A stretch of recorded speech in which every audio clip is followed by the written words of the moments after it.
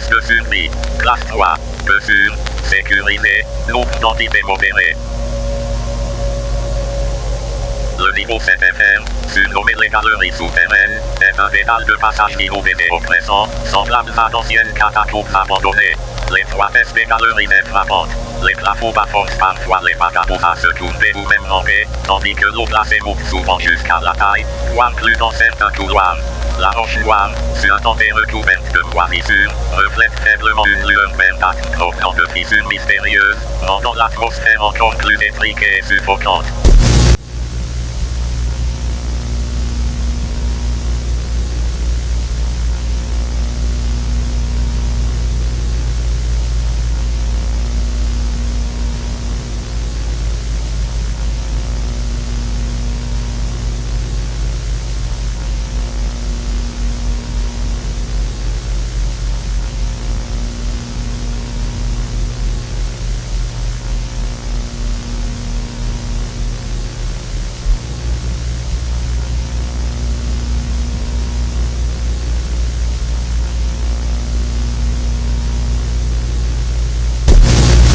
Cependant, à certains endroits, le dédale s'ouvre sur des couloirs plus spacieux où il est possible de marcher normalement sans être gêné par les parois serrées ou l'eau stagnante.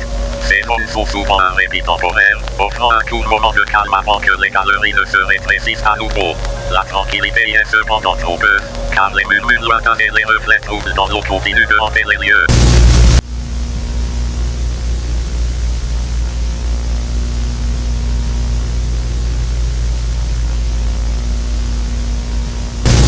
L'atmosphère des galeries souterraines est une lutte constante contre l'eau et l'étroitesse du lieu. Chaque mouvement est compliqué par l'inondation omniprésente qui rend le sol glissant et instable. Le froid glacial de l'eau s'infiltre dans les vêtements, engourdissant les membres et épuisant progressivement les forces des vagabonds.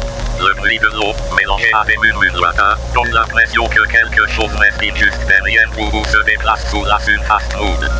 Lorsque l'on atteint les couloirs plus spacieux, une étrange sensation de faux confort s'installe.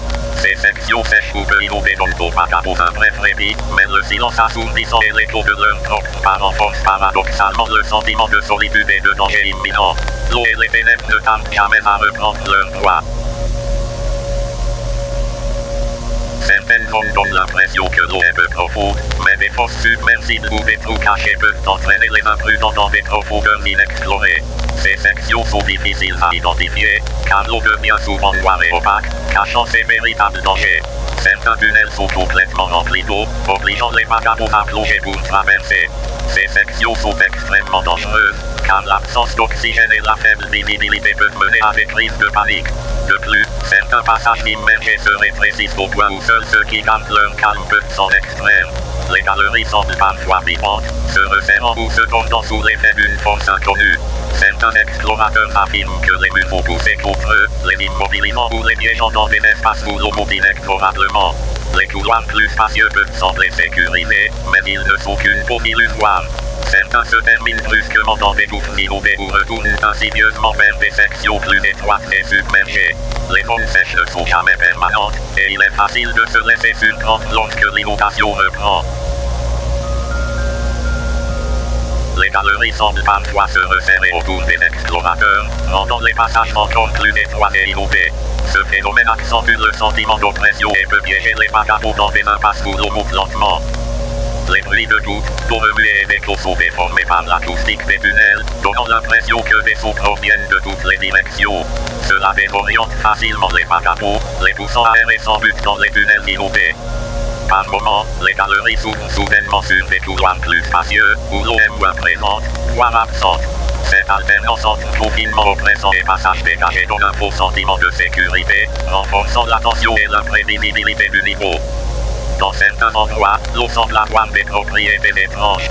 Les vagabonds rapportent que le liquide semble tenter de les engloutir, s'agrippant à eux avec une densité anormale lorsqu'ils s'attardent trop longtemps.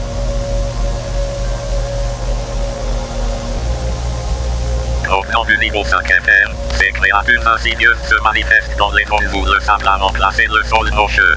Elles prennent la forme de silhouettes serpentines projetées sous l'eau ou sur les parois humides. Les ombres abyssales ne sortent jamais entièrement du sol, mais elles traquent les imprudents, les tirant sous l'eau en un éclair lorsqu'ils s'approchent trop près. Leur présence est souvent signalée par un scintillement étrange dans l'eau et une lourdeur anormale sous les pieds. Invisibles, ces entités s'expriment par des murmures lointains et hypnotiques, qui semblent provenir des tunnels inondés ou des fissures dans la roche.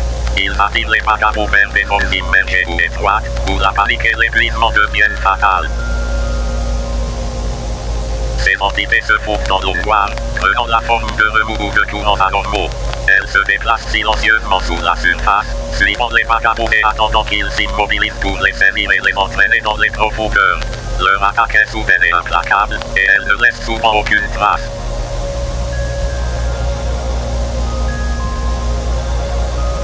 En poursuivant votre marche sur le bout du niveau cinétaire, vous finirez par atteindre un champ de fleurs en ruine, dont les pétales fanés flottent légèrement dans l'air. Si vous sautez délibérément dans ce champ dévasté, le sol n'occupera sous vos pieds, vous entraînant directement dans les galeries souterraines du niveau CFR. Bien que rares, certaines zones sombres et délabrées du château des couleurs, niveau 8FR, contiennent des failles dans le sol où l'eau semble suinter abondamment. Tombez dans l'une de ces fissures mène directement aux galeries souterraines.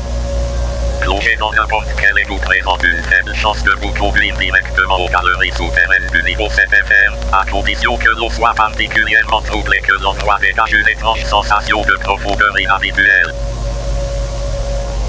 La sortie des galeries est une porte massive, partiellement immergée dans un lac souterrain.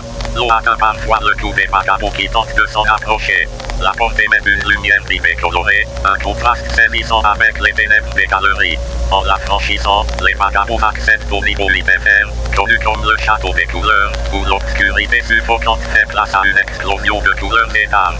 Ceci constitue actuellement la seule sortie connue des galeries souterraines, rendant l'évasion particulièrement difficile pour les vagabonds qui s'y aventurent.